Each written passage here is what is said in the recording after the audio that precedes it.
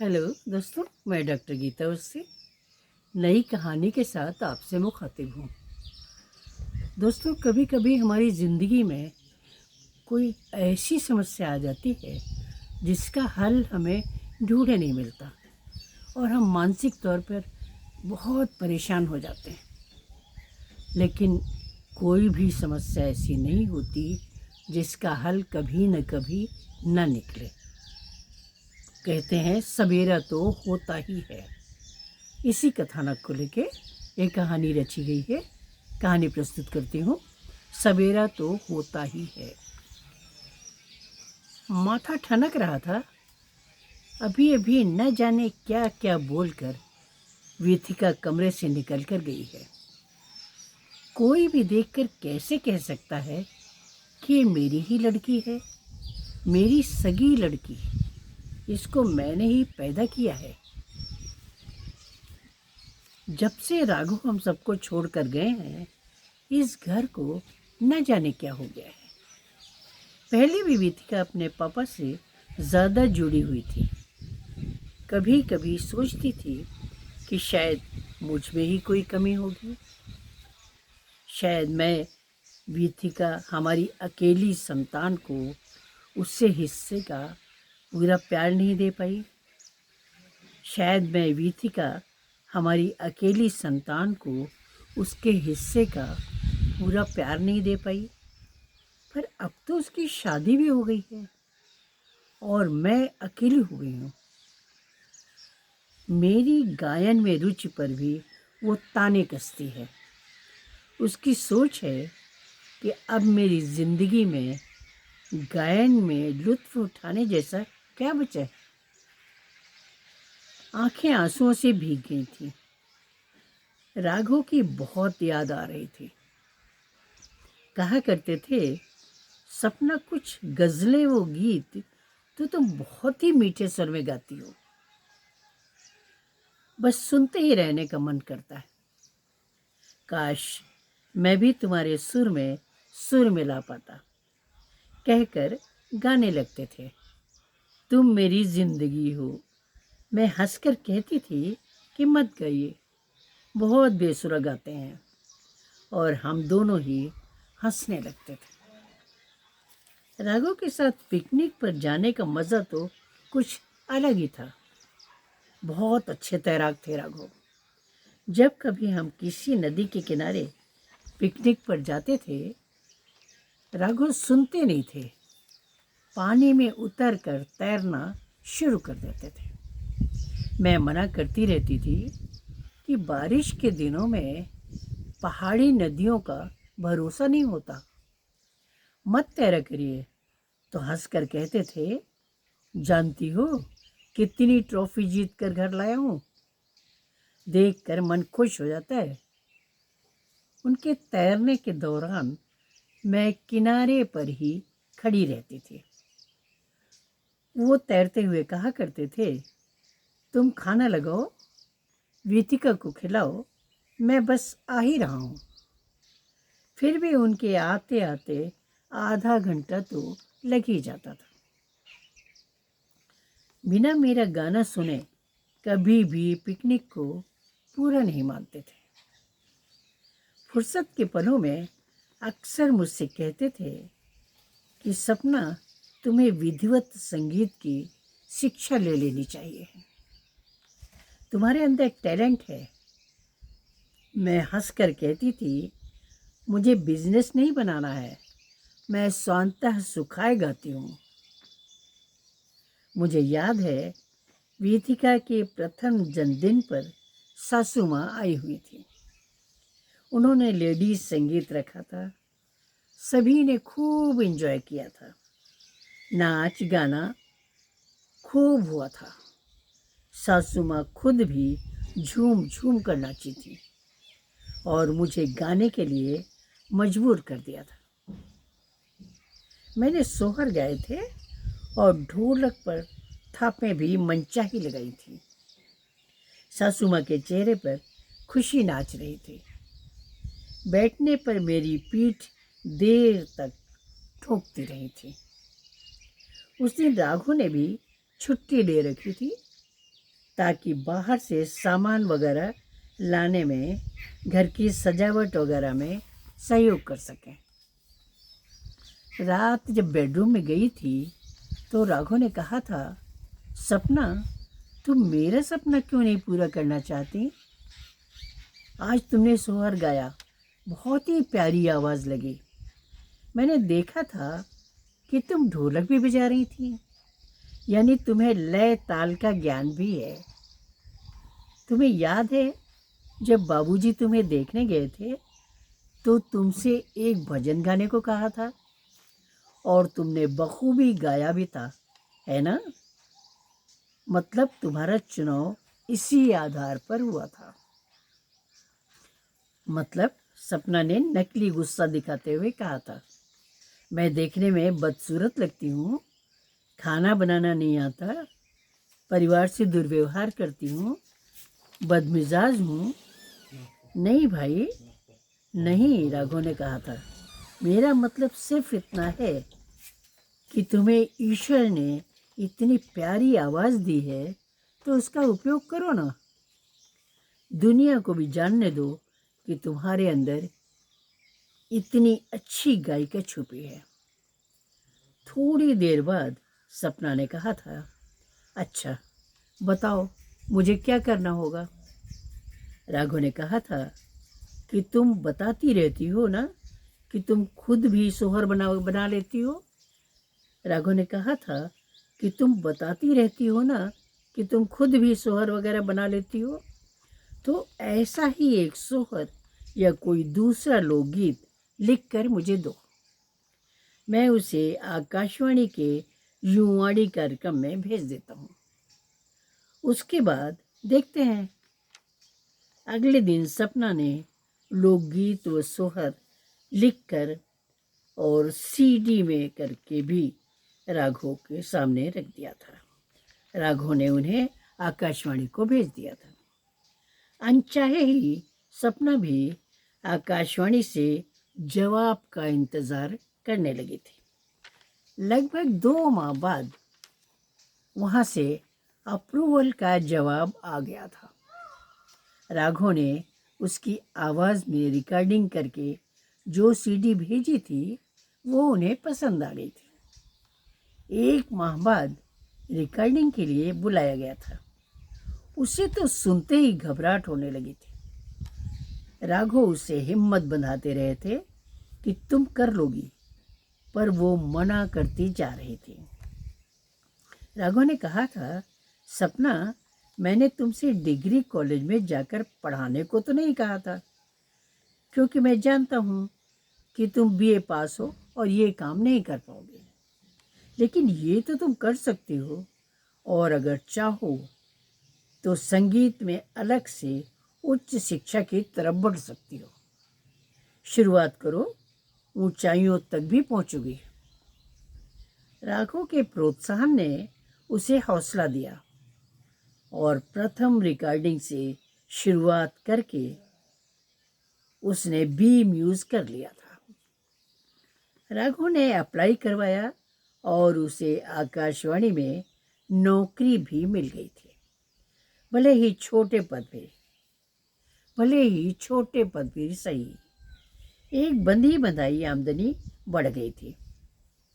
पद साप्ताहिक कार्यक्रम से जुड़ा था, इसलिए गृहस्थी को लेकर समस्या नहीं आती थी। एक इतवार को वे सब बाहर नदी के किनारे टहलने गए थे। नाव वहीं बंधी थी तो देखकर वीथिका बोटिंग की जिद करने लगी थी। सभी नाव में बैठ गए थे। चप्पू छप छप की आवाज़ से शाम के सन्नाटे को भंग कर रहे थे।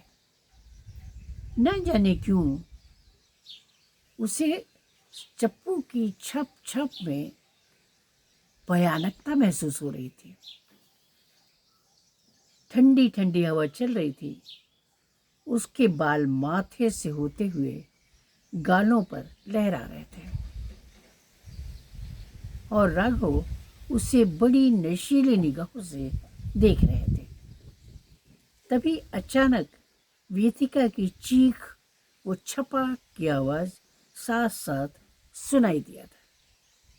ओह कहकर राघव पानी में कूद पड़े थे। सपना तो बस बेहोश होकर नाव में गिर गई थी। नाव वाला कैसे कब उस जगह पर नाव लेकर पहुंचा और विथिका को थाम कर उसके पास पहुंचाया, उसे याद नहीं। विथिका ने उसके मुंह पर पानी के छींटे मारे थे तो आँख खोलते ही उसने पूछा था, पापा कहाँ हैं? रोते हुए विथिका ने कहा था, नदी में। वो पानी की तरफ दौड़ी थी तो वहाँ इकट्ठे लोगों ने उसे पकड़ लिया था। रात भर नदी में दूर दूर तक जाल डाला गया, गोताखोर उतारे गए, परंतु राघव का पता नहीं चला था।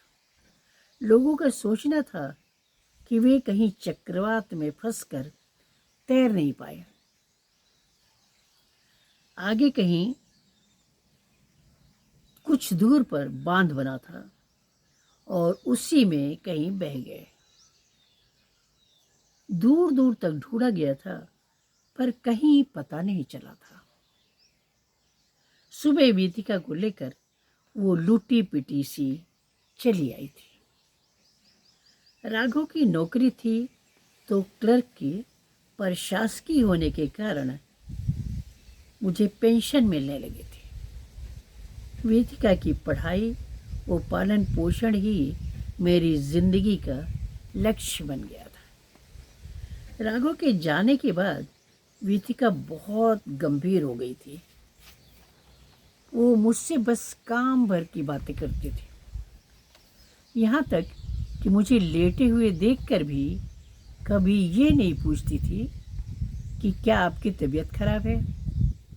कभी कभी मन बहुत खराब हो जाता था कि अब मैं बिल्कुल अकेली हो गई हूँ। मायके वाले घटना के समय आए थे और वहीं चलकर साथ में रहने को कहा था। मैंने मना कर दिया था। सास ससुर ने कई साल पहले साथ छोड़ दिया था, पर उनका घर था और मैं उसी घर में वेदिका को लेकर आ गई थी। पुराना घर किराए का था।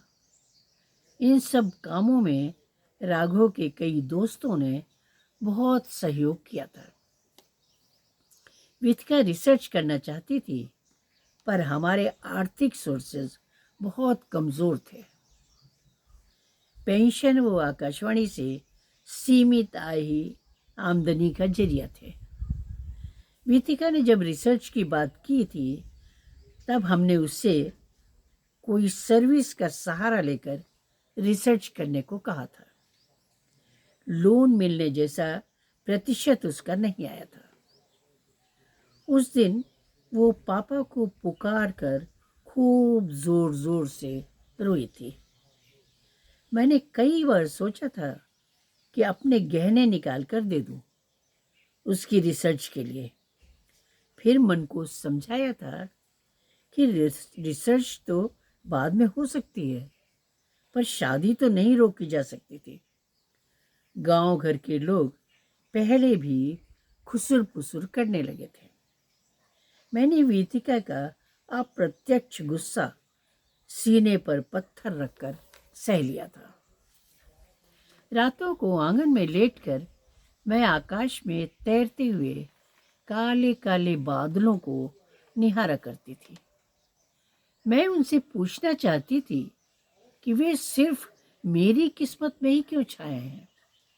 कभी कभी चांद हौले से मुस्कुराकर मुझे सांत्वना देता था कि रात के बाद सवेरा तो होता ही है ना। चांदनी अपने स्नेहिल स्पर्श से मेरे आंसू पोंछ देती थी। चमकते हुए तारे कहते थे कि मेरा धीरज तो देखो, रोज रात के अंधेरे का इंतजार करते हैं ताकि हमारी नन्ही सी दीप मालिका को सब निहार सकें। मैं अपने आंसू पोंछ लेती थी। सबका अपना अपना दुख है। उस दिन के बाद से वेदिका जब तब मुझ पर बिना मतलब गुस्सा निकाला करती थी। मैं आकाशवाणी केंद्र जाने लगती थी तो मेरी कंघी, बिंदी वो कपड़ों पर उसे ऐतराज था। ताने कसती थी, किसके लिए सज धज कर जाती हो, चूड़ियां किसके नाम की पहनती हो। वो अच्छी तरह से जानती थी कि राघव को मेरा सूना माथा बिल्कुल पसंद नहीं था। कभी तकिया में बिंदी चिपक जाती थी तो फौरन लगाने को कहते थे। सूनी कलाई उन्होंने अपने पिता के बाद अपनी माँ को भी नहीं रखने दी थी। मगर बीतिका आपा खोने के बाद अपशब्दों की बौछार कर देते थे। ऐसा लगता था कि अपने पिता की मृत्यु का जिम्मेदार वो मुझे ही मानती थी। मुझे समझ नहीं आता था कि अपना दुख मैं किससे कहूँ। अगर बेटी मेरा दुख समझ पाती तो मैं उसके सामने जी भर कर रो लेती, पर वो तो मुझे अपना समझती ही नहीं थी। दुश्मन की नज़र से देखती थी मुझे। मैंने रिश्तेदारों से, राघव के दोस्तों से अनुनय की थी कि कोई योग्य लड़का वेदिका के लिए ढूंढे। आकाशवाणी में भी करीबी लोगों से कहा था। मन परेशान रहता था कि क्या होगा।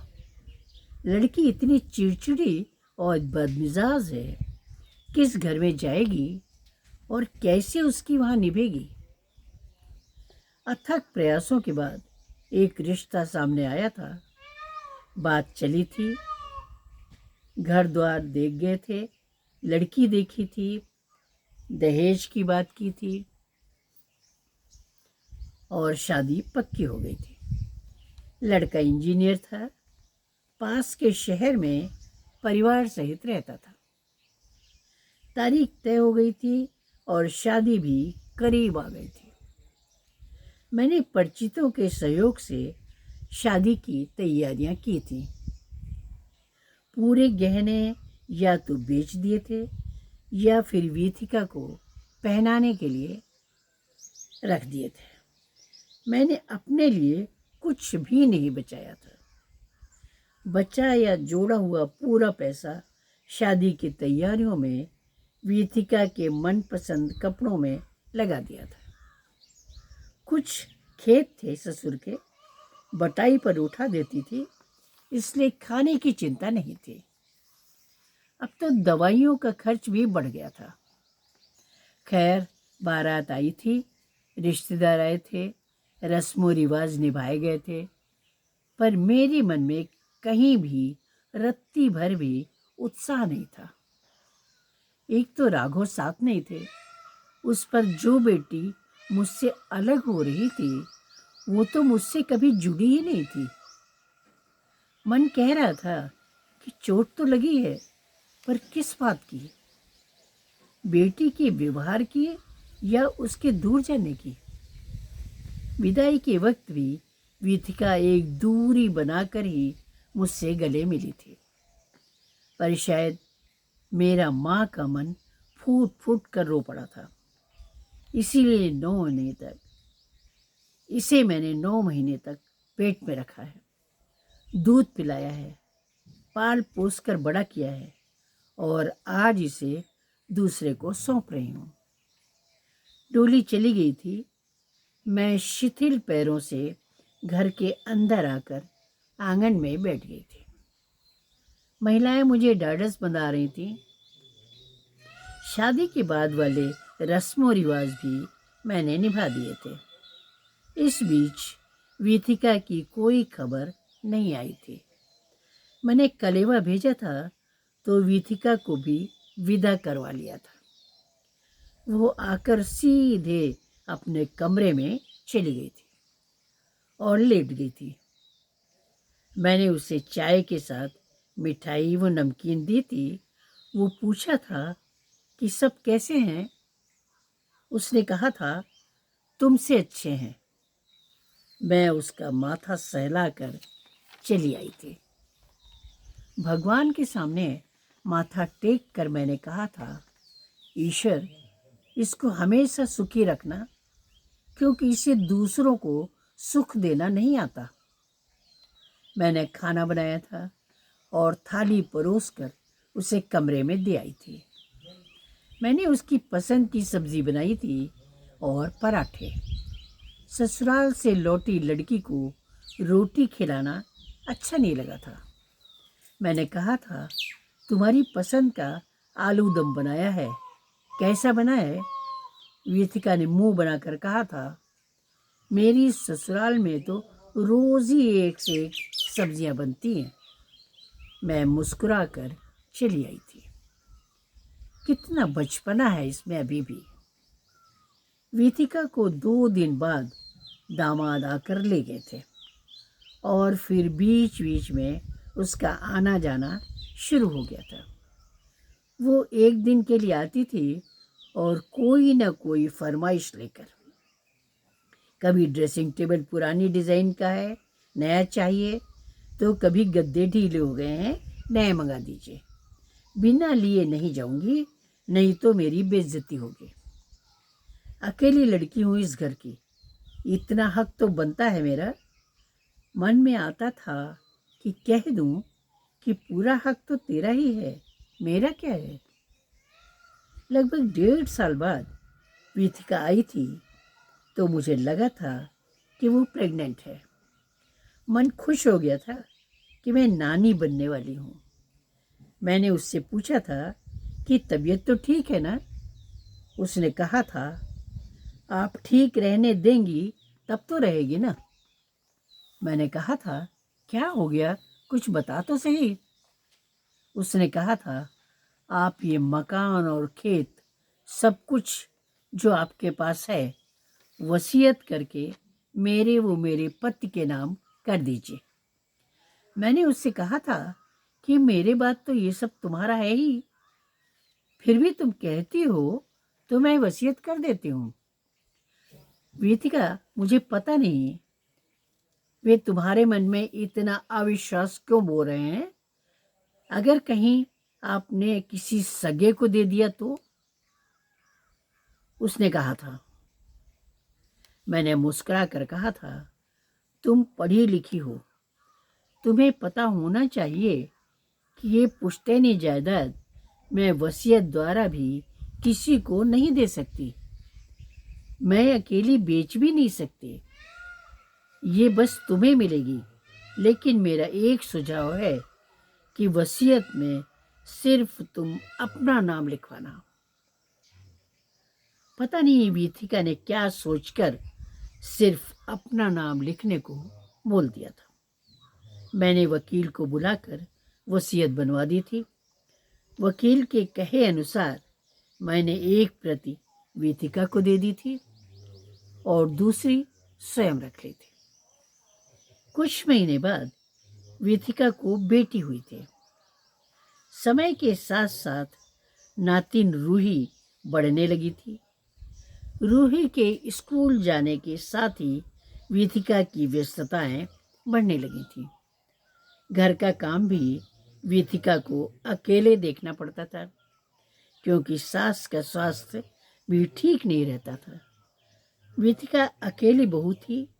ननंद की शादी हो चुकी थी। रूही 10 वर्ष की हो गई थी।